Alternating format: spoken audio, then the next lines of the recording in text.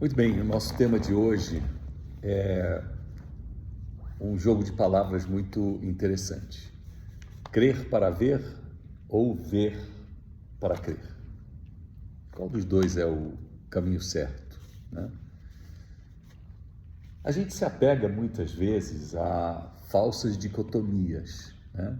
Dicotomia é dois pedaços. A gente acha que as coisas ou são assim ou são assado, né? Não pode haver um entendimento entre opostos, então a gente se torna dicotômico, né? Existem coisas que eu faço desse jeito e se eu fizer desse jeito é impossível fazer de outro jeito. Então eu acabo eliminando possibilidades que existem na nossa vida. Crer e ver também, aparentemente, são dicotômicos, né? Porque ou eu creio ou eu vejo, porque crer é uma coisa do meu coração, da minha alma, ver é uma coisa dos meus olhos, e eu posso, de repente, achar que ou eu creio ou eu vejo. Mas crer e ver ao mesmo tempo não rola. E, na verdade, essa é uma das várias falsas dicotomias que nós temos, né? E foi muito bom que, eu sempre digo que os temas que me escolhem para eu falar, escolhem sem a minha anuência. Então, eu descubro depois qual é o caminho que eu vou seguir para entender o que tinha na cabeça, principalmente da dona Guite, que é quem propõe os temas, mas junto com a Ana Paula, Fariba, vocês de repente bolam alguma coisa e acham um caminho que talvez fale assim, dessa vez ele não vai conseguir falar, a gente vai fazer um jeito de ser complicado, né? Mas eu adorei essa ideia, porque eu senti que essa ideia de trazer uma dicotomia, ela primeiro tem que ser provada que ela é falsa, que não existe uma dicotomia entre crer e ver. Eu posso crer e ver ao mesmo tempo. E ao me libertar, desculpe, ao me libertar dessa falsa dicotomia, Renato, me dá esse copinho que ficou aí. Obrigado. Ao me libertar dessa falsa... Não, tá legal, tá tudo bem. Ao me libertar dessa falsa dicotomia, eu descubro que tanto crer e ver tem um propósito.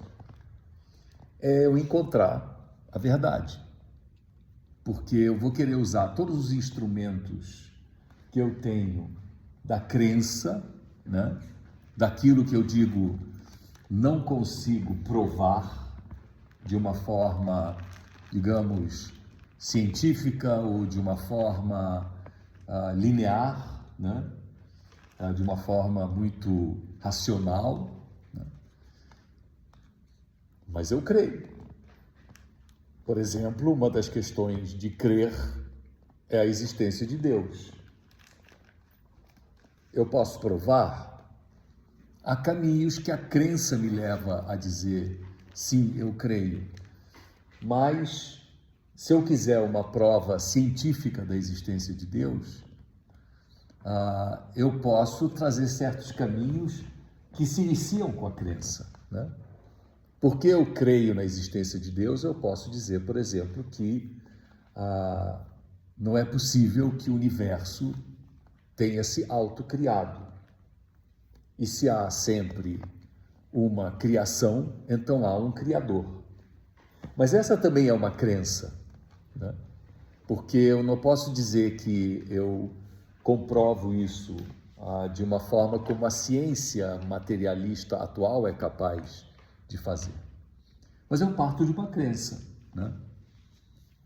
Por outro lado, quando eu vejo, eu digo, é absoluto. Mas tanto a crença como aquilo que eu vejo podem ser totalmente relativos. Você está no deserto e jura que está vendo água. Você está vendo, você vê.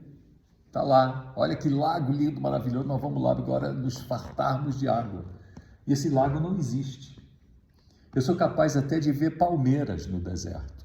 Não estou tendo alucinação, é porque tudo aquilo é uma ilusão de ótica, né? Eu sou capaz de ver cidades, e eu vou me dirigir a uma cidade inexistente. Então, a visão, ela pode ser enganosa, né? Como a crença pode ser também enganosa, porque eu posso crer em certas coisas que, num dado momento, me levam a um caminho sem volta, onde eu posso me prejudicar. E eu estava baseado em crenças. Então parece que o binômio crer e ver, quando combinados, eles me trazem alguns muitos bons benefícios, né? Porque crer parece que está na dimensão da religiosidade, da espiritualidade. E o ver está na dimensão da ciência.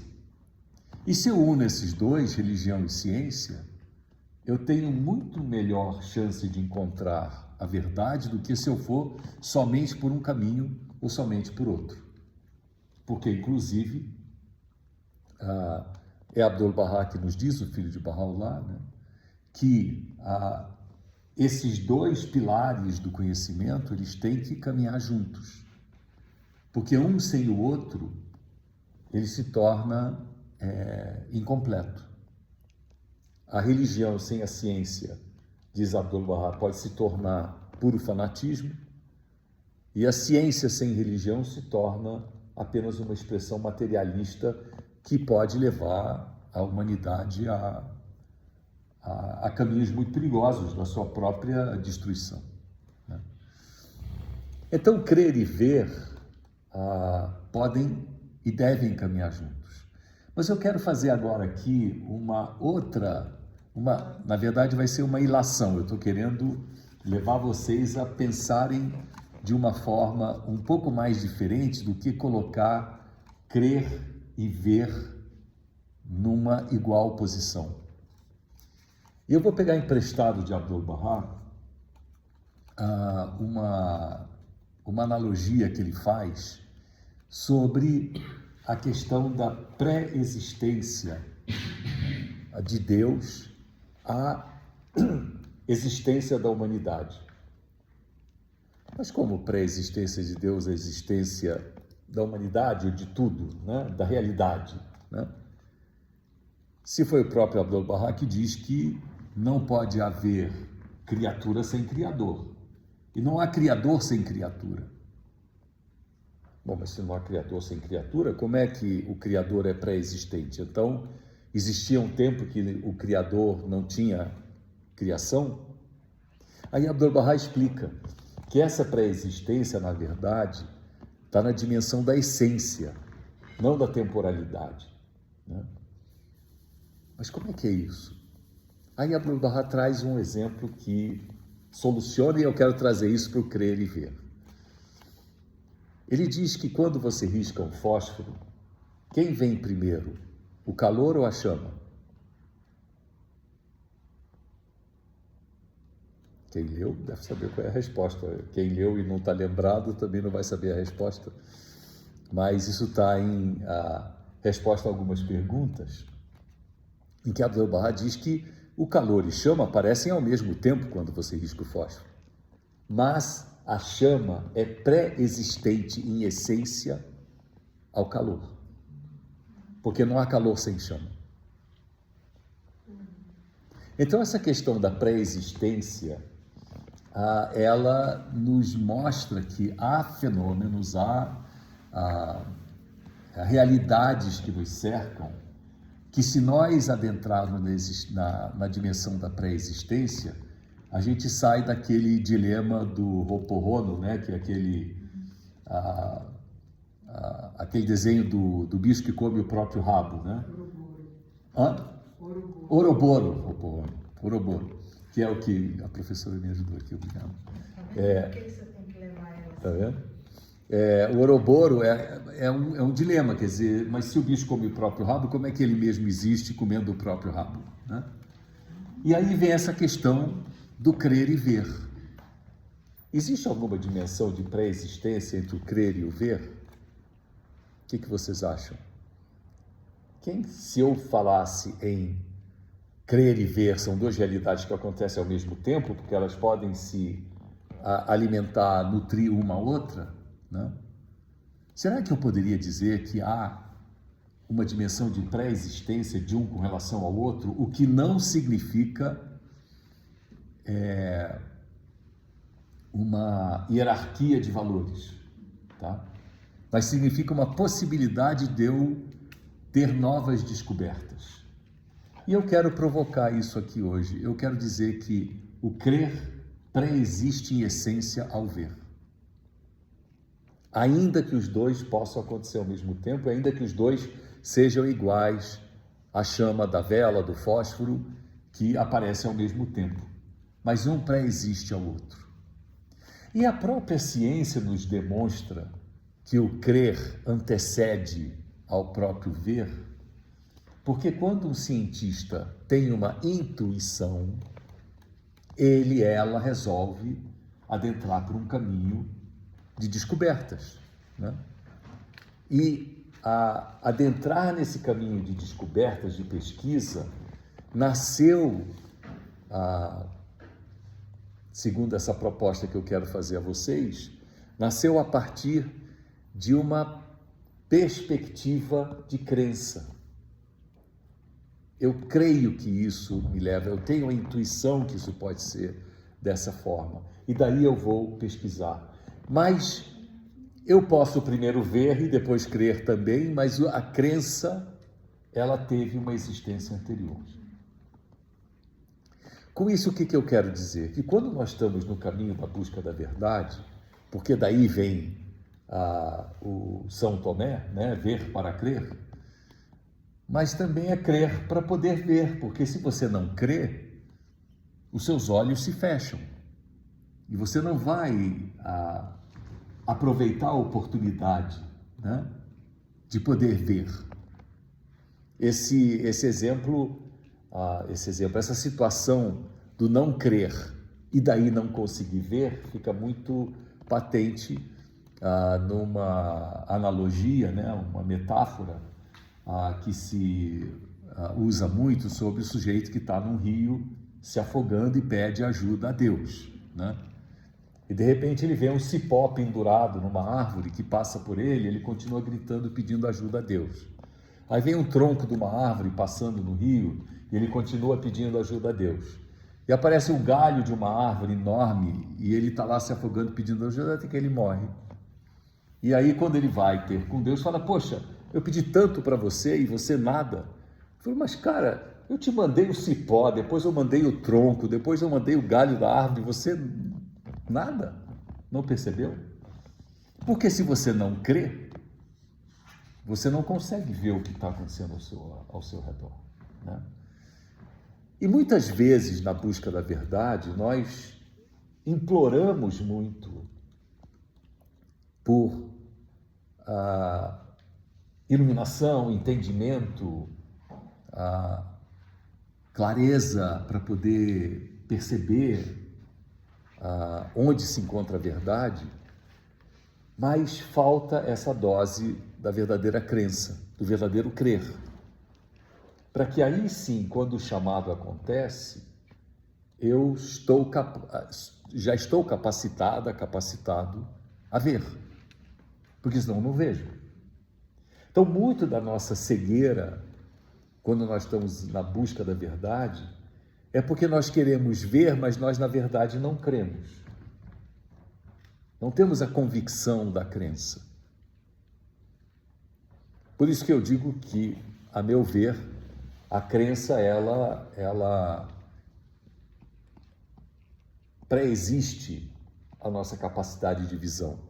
Estamos falando da visão daquilo que é a verdade, né? Eu pesquiso em livros, eu estou vendo, né?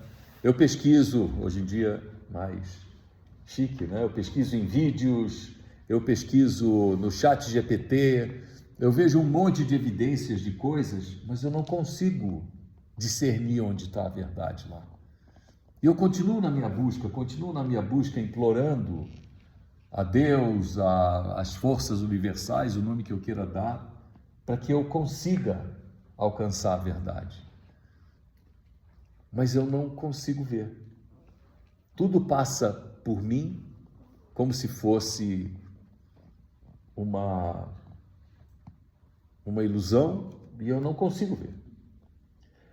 Por outro lado, se eu vejo e eu quero, a partir da visão, poder ganhar a dimensão da crença, né? Eu também preciso estar aberto à crença, porque eu posso ver um monte de coisa, né? E eu estou vendo, para que eu diga, ok, essa é a verdade. Mas se eu não estou aberto à dimensão da crença, de novo, né?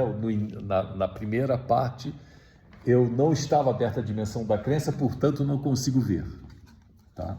Eu perco a capacidade de discernimento.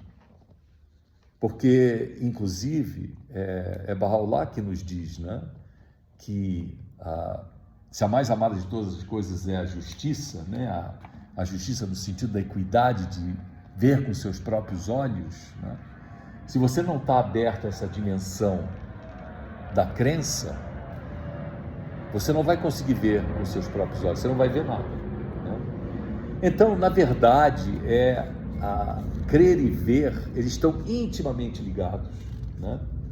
Eu preciso crer para ver e eu preciso ver para crer, né?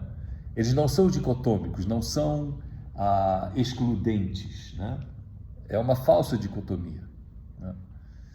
E essa falsa dicotomia nos influencia muito, principalmente na busca espiritual. Porque é disso que eu quero falar hoje, não tanto da busca científica, nem da busca, digamos, da erudição ou do entendimento dos textos. É a busca espiritual de cada pessoa, né? Nessa busca espiritual, eu necessito desses dois instrumentos, de ver e crer, né? Mas eu me prejudico profundamente quando, e por isso que eu digo que o crer, ele pré-existe ao ver, se eu não cair na dicotomia. Um deles pode ser a porta de entrada, né? Então, na busca espiritual, a porta de entrada pode sim ser a razão. Eu posso ter a busca espiritual através da razão, né? E através da reflexão, eu chegar à conclusão de que isso é a verdade que eu busco, né? Mas eu não alcanço a plenitude da busca da verdade se depois daquilo que eu usei a razão para chegar até essa verdade, eu não associá-la à minha dimensão do coração, né? E eu posso ter, e eu vou dizer depois por que isso eu não associo, a coisa não dá certo. Como também eu posso encontrar a verdade através do coração. Roberta aqui do meu lado pode chegar e falar para mim, Irade, eu tenho uma coisa para lhe dizer, que eu quero partilhar contigo. Eu posso olhar para o Roberto e dizer, eu acredito. Mas eu ainda não te disse nada, não me interessa o que você vai dizer ou não, eu acredito. Mas como você acredita, se você nem ouviu o que eu tenho para dizer? Isso não importa, eu olho para você e eu digo, eu acredito, né? E na busca espiritual isso acontece, né? Mas eu só consolido o que foi essa primeira porta de entrada, que foi o da crença, né, do crer, se eu adiciono a esse processo, né, eu trago para dentro desse processo uma série de complementos que só o ver pode me oferecer, pode me ofertar, né?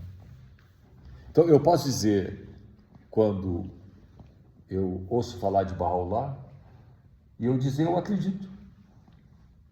Não precisa me dizer mais nada, para mim está suficiente, é isso mesmo.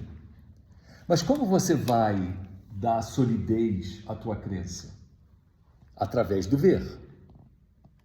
Então você vai se envolver no processo de instituto, você vai, se é jovem, vai fazer atividade de pré-jovem, se você participa de reuniões devocionais, você vai consolidar, você tem que ter um ver, né?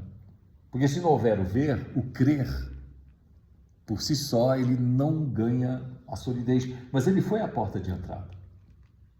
E agora que eu digo, então, o ver, quando é a porta de entrada, e eu digo, sim, eu acredito, perfeito. Bahá'u'lláh diz que um sem o outro não é válido. Bahá'u'lláh fala no seu livro Sacratíssimo, né, que nós, seres humanos, temos duas missões, duas responsabilidades, dois deveres. Apurando a palavra, obrigado. Dois deveres, né? Um é reconhecer o manifestante de Deus para cada época, né? Isso você faz, olha só, Bahá'u'lláh mesmo está dizendo é crer. Você reconhece o manifestante? Acredito. Depois ele diz que, mas o segundo dever, que é o dever gêmeo, né? Ele usa essa palavra, esse termo, o dever gêmeo é você conhecer os seus ensinamentos e seguir os seus ensinamentos e praticar os seus ensinamentos, né?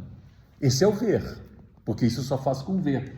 Não adianta eu dizer, eu acredito e eu digo, tá bom, então como é que você pratica? Não sei, vou praticar de algum jeito, porque eu tenho amor.